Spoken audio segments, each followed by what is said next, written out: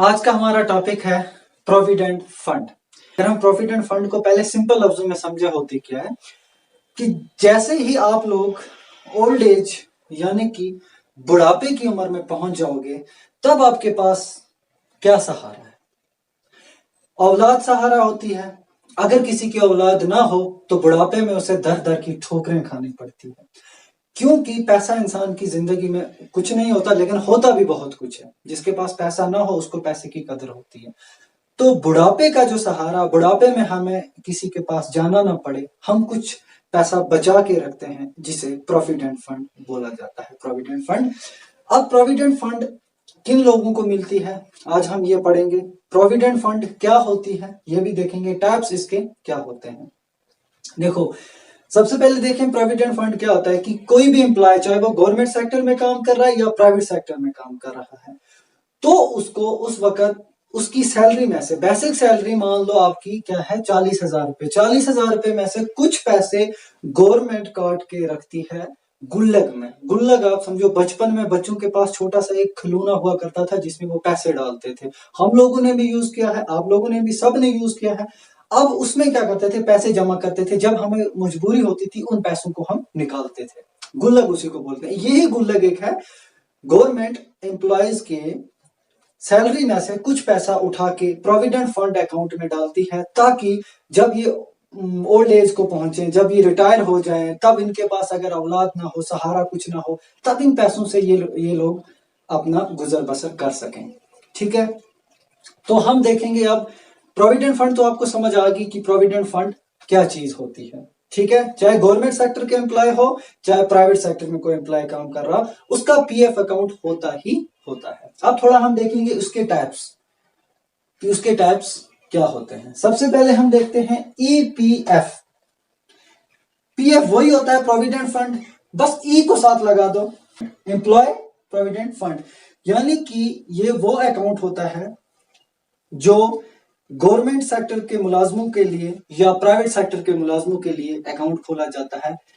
EPF यानी कि provident fund का एक पार्ट है ईपीएफ। इसमें क्या होता है, इसमें मुलाजिम जितने भी होते हैं उनकी सैलरी का कुछ हिस्सा जमा करके रखा जाता है फॉर लेटर यूज। देखो, उससे आगे जाने से पहले मैं आपको बताऊं कि अब पीपीएफ क्या होता है। अब सवाल ये पैदा होता है कि क्या government employees, private sector employees के लिए पीएफ अकाउंट है? क्या आम लोगों के लिए पीएफ अकाउंट है? क्या स्मॉल सेक्टर के कुछ लोग जो बिजनेस कर रहे हैं, स्मॉल बिजनेस उनका चल रहा है थोड़ा बहुत, अगर वो अपने बुढ़ापे के लिए कुछ पैसा बचा के रखें, उनके पास कोई अकाउंट है? बिल्कुल है। उनके पास जो है उसको बोलते हैं public provident fund. Public provident fund, PPF. इसमें क्या होता है, इसमें अगर कोई स्मॉल बिजनेस रन करने वाला आदमी अपना पीएफ अकाउंट खोलना चाहे तो वो खोल सकता है। अब देखो, ईपीएफ कंपलसरी है। कंपलसरी का मतलब होता है इंपॉर्टेंट है, ये खोलना ही खोलना होता है। कोई भी गवर्नमेंट सेक्टर का आदमी हो या कोई भी प्राइवेट सेक्टर का आदमी हो जो जॉब कर रहे हैं प्राइवेट सेक्टर में या गवर्नमेंट सेक्टर में, उनको अपना पीएफ अकाउंट खोलना ही खोलना होता है, EPF. So it is compulsory. अब हम जाते हैं दूसरा, ये ऑप्शनल है। कोई बंदा अपना मतलब पीएफ अकाउंट खोलना चाहे या ना चाहे, कोई जोर जबरदस्ती नहीं है। अब बहुत सारे लोग अपने बुढ़ापे का पहले ही कुछ सहारा करके रखते हैं, कुछ पीएफ अपना बना के रखते हैं, जिसको हम पीपीएफ बोलते हैं। ये ऑप्शनल है, कोई चाहे कोई ना चाहे कोई बात नहीं। फिर उसके बाद कंपनी, अगर हम कंपनी का देखें कि कौन सी कंपनी आपको पीएफ अकाउंट देती है।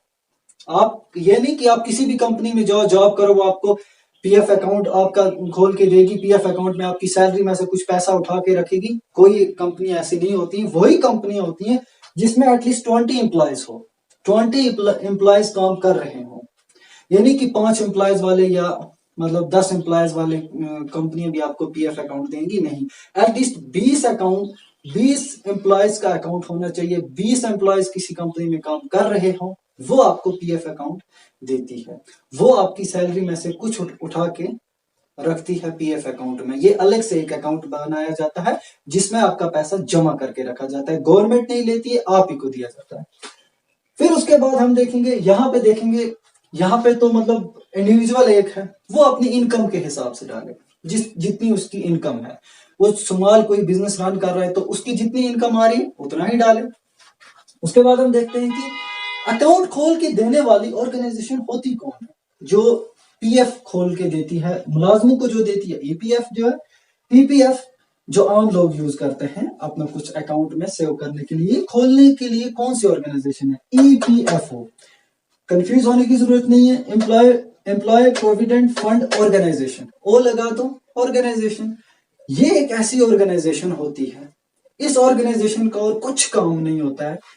इसका काम सिर्फ इतना ही है कि प्राइवेट सेक्टर में जो जॉब करने वाले लोग हैं या गवर्नमेंट सेक्टर में जो जॉब करने वाले लोग हैं, सबका प्रोविडेंट फंड का हिसाब किताब रखना, सबकी पीएफ को गुल्लक में जमा करके रखना। ठीक है। अब देखेंगे अगर आम आदमी जो जॉब वगैरह नहीं कर रहा है, अगर उसको अपना प्रोविडेंट पीएफ अकाउंट खोलना है, प्रोविडेंट फंड वाला अकाउंट, तो वो किसके पास जाएगा, वो जाएगा बैंक के पास या तो पोस्ट ऑफिस में। या तो पोस्ट ऑफिस में खोल सकता है वो अपना अकाउंट, पीपीएफ अकाउंट, या तो वो खोल सकता है बैंक में, जिसमें वो अपना थोड़ा थोड़ा पैसा डालता रहेगा, ताकि जब वो बुढ़ापे की उम्र को पहुंचे तब उसको किसी से कुछ ऐसा वैसा ना हो जिसकी वजह से वो हर्ट हो जाए, उसको उसका एक सहारा बन जाए। ठीक है। फिर उसके बाद हम देखते हैं ईपीएफ कौन मेंटेन करता है। अगर किसी का ईपीएफ अकाउंट आप सुनोगे, आप समझ जाओ ये प्राइवेट या गवर्नमेंट सेक्टर का एम्प्लॉय है। एम्प्लॉयज को जो अकाउंट होता है ईपीएफ। अब पीपीएफ क्या होता है, इंडिया का कोई भी सिटीजन खोल सकता है ये अकाउंट। उसके बाद हम देखेंगे कि ये 12% जो होता है ये क्या होता है। देखो, अगर आपकी सैलरी, आप गवर्नमेंट एम्प्लॉय हो या प्राइवेट सेक्टर के एम्प्लॉय हो, आपकी सैलरी रहती है 40,000 रुपए पर मंथ, मंथली सैलरी 40,000 रुपए, तो 12% गवर्नमेंट उसमें से उठाती है पीएफ के लिए। यानी कि 40,000 का 12% करो, वो कितना पैसा बनता है। गवर्नमेंट वो पैसा आपको नहीं देगी, वो उठा के आपके दूसरे अकाउंट में डालेगी, जिसको पीएफ अकाउंट बोला जाता है, प्रोविडेंट फंड अकाउंट, यानी कि EPF, employ provident account fund. ठीक है। उसके बाद हम देखेंगे यहाँ पे तो मतलब आप गवर्नमेंट से कुछ ले नहीं रही, अपनी इनकम है। तो इसमें क्या होता है कि 500 से लेके 1500 रुपए तक आप डिपॉजिट कर सकते हो, मतलब फ्यूचर के लिए। ठीक है। फिर हम देखते हैं कि अगर बाय द वे कभी कभार इमरजेंसी होती है बच्चे की पढ़ाई के लिए, घर में कोई त्योहार है, शादी है, ऐसे मौकों पर आपको पैसों की जरूरत है, तो उस वक्त क्या करते हो, उसे बोलते हैं पार्शियल विड्रॉवल, जल्दी में। उस वक्त आपको एटलीस्ट 5 इयर्स दोनों में रखा गया है कि पीपीएफ में भी और एम्प्लॉय एक भी और एक बिजनेसमैन भी अगर निकालना चाहे तो 5 साल के बाद वो निकाल सकता है। एक आम आदमी, एक बिजनेसमैन पीपीएफ निकालेगा 5 साल के बाद, या अपने ईपीएफ निकालेगा। क्लियर। अब क्या होता है डेबिट लायबिलिटी। ये डेबिट लायबिलिटी क्या होता है, डेबिट लायबिलिटी सबसे बेहतरीन कंसेप्ट जहां तक मैंने देखा इस पूरी पीएफ में। क्योंकि देखो, डेबिट लायबिलिटी होता क्या है, दरअसल आप किसी बैंक से लोन लेते हो 5 लाख रुपए, आपने 5 लाख में से मान लो 3 लाख बैंक को वापस कर दिया, लेकिन 2 लाख नहीं किया। आप बैंक वालों की कॉल नहीं उठाते हो, बैंक से कोई राब्ता नहीं रखते हो, लेकिन बैंक का इंटरेस्ट चढ़ रहा है आप पे, आपको वो पैसा बैंक को वापस देना ही देना है, आप बैंक के कर्जदार हो। तो क्या होता है, कभी कभार आपके सेविंग अकाउंट में किसी ने पैसा लाख रुपए डाल दी, तो मतलब बैंक को तो लेना है क्योंकि आप लोगों ने किस्त भरी नहीं है ना। तो उस वक्त पैसा बैंक ले लेती है। लेकिन अगर आपका पीएफ अकाउंट है, पीएफ अकाउंट में 6 लाख रुपए भी हैं, बैंक के पास कोई ऐसी अथॉरिटी नहीं है कि आपका पीएफ निकाले और उस लोन की भरपाई करे, ऐसा कोई भी मसला नहीं होता है। बैंक के पास ये रूल है कि आपका जो पीएफ अकाउंट में पैसा है वो बैंक नहीं निकाल सकती, आप बैंक का कितने भी बड़े कर्जदार क्यों ना हो। इसीलिए होता है डेबिट लायबिलिटी, मैंने क्रॉस में रखा है कि टोटल नहीं होती है, यहाँ पे भी डेबिट लायबिलिटी नहीं है। अगर इस बिजनेसमैन पे भी बैंक का कुछ कर्जा है ना, तो बैंक इसके अकाउंट में से, पीएफ अकाउंट में से कुछ नहीं निकाल पाएगी। फिर उसके बाद 1% 1 अकाउंट, यानी कि अब देखो क्या होता है 1% 1 अकाउंट क्या है, आपका पीएफ एक बार ये अकाउंट बनता है। फिर आप अगर प्राइवेट सेक्टर में कंपनी चेंज कर रहे हो ना, तो किसी भी दूसरी कंपनी में भी अगर आप जाओगे तब भी आपका अकाउंट यही रहेगा, पीएफ अकाउंट। बस इतना होगा कि वो कंपनी अपने पीएफ के हिसाब से जितना पैसा होता है वो उठाएगी और एट द एंड आपके हवाले करेगी। 2 मिनट के लिए एग्जांपल लेते हैं कि कोई बंदा बायजूस में काम कर रहा है। बायजूस इस टाइम वर्ल्ड की बहुत बड़ी एटेक प्लेटफॉर्म है ना। तो वहां पे अगर कोई बंदा काम कर रहा है, वहां 20 एम्प्लॉय से तो ज्यादा उसमें काम करते हैं, तो वो आपको पीएफ अकाउंट देती ही देती है। ठीक है। अब क्या होता है कि आपने बायजूस को 2 मिनट के लिए रिजाइन कर दिया, छोड़ दिया, आप किसी दूसरी अमेजोन कंपनी में चले गए, वहां पे भी आपका पीएफ अकाउंट खुलेगा, ये भी तो बड़ी कंपनी है, तो पीएफ अकाउंट जो खुलेगा वो यही अकाउंट रहेगा, बट वो आपको पीएफ किस हिसाब से दे रही है, बस वो इसी अकाउंट में डालेगी। 1% 1 अकाउंट रहता है। ठीक है। उसके बाद टैक्स का अगर मसला देखें, देखो टैक्स का मसला क्या होता है। सिंपल लफ्जों में ये समझो कि जब भी आप 6 लाख 7 लाख 10 लाख 20 लाख आप गवर्नमेंट मतलब आपके अकाउंट में अचानक आता है, तो गवर्नमेंट आपके पीछे पड़ती है, साइबर क्राइम वगैरह सारे ये कहां से आए, होगी एक बात। दूसरी, आप पे टैक्स भी लगता है कि भाई इतनी दौलत है तो टैक्स भी तो देना है, लेकिन यहां पे कुछ भी नहीं होता है ऐसा, टैक्स का कोई इश्यू नहीं होता। क्यों नहीं होता है? क्योंकि आपका जो पीएफ अकाउंट है ये आप ही के पैसे हैं जमा किए, ये गवर्नमेंट से आपने नहीं लिए। जब आप एक ही बार निकालते हो, जब आपने जॉब को रिजाइन कर दिया, जब आप छोड़ दी, आपने अपना पैसा निकाला पीएफ, उस वक्त आपका ये बचा मतलब जमा किया हुआ पैसा 5 लाख है, 10 लाख है, तो आप पे टैक्स नहीं लगेगा, नो टैक्स। इसीलिए मैंने इसको ट्रिपल ई लिखा है, एग्जाम्प्ट एग्जाम्प्ट एग्जाम्प्ट, यानी कि कोई भी टैक्स इस पे नहीं लगेगा, चाहे आपका पीएफ अकाउंट की रकम कितनी ही क्यों हो। फिर उसके बाद हम देखेंगे कि कितने टाइम तक एक बंदा भर सकता है अपना, मतलब ये पैसा गवर्नमेंट काटती रहती है कितने टाइम तक।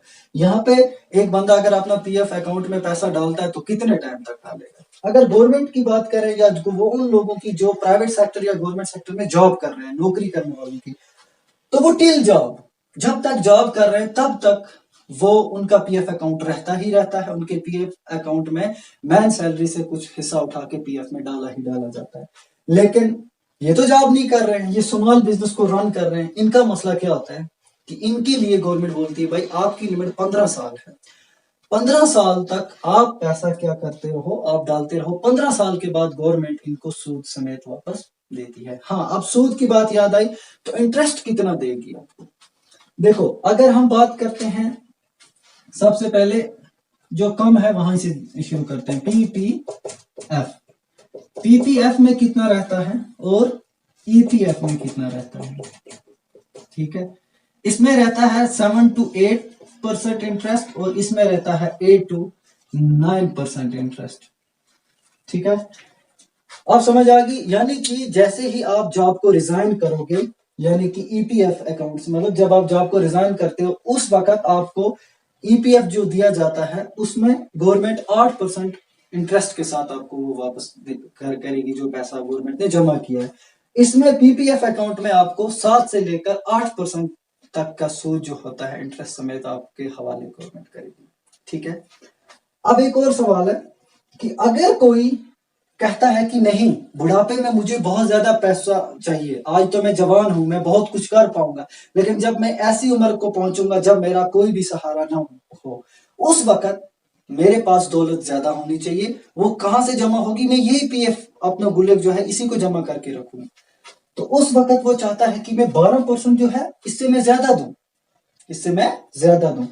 उस वक्त क्या लगता है, देखो अगर कोई बंदा गवर्नमेंट सेक्टर पे जॉब कर रहा है, गवर्नमेंट सेक्टर में जॉब कर रहा है, वो 12% से ज्यादा देना चाहता है 14%।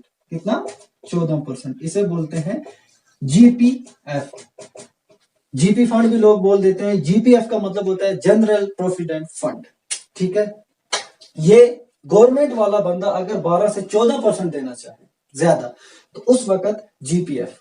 अगर कोई प्राइवेट सेक्टर का बंदा काम कर रहा है, प्राइवेट सेक्टर में कोई बंदा काम कर रहा है, उस वक्त वो बोलता है कि मैं कितना देना चाहूंगा, मैं 12% से ज्यादा दूंगा, उस वक्त लगता है एक और जिसको हम बोलते हैं वीपीएफ।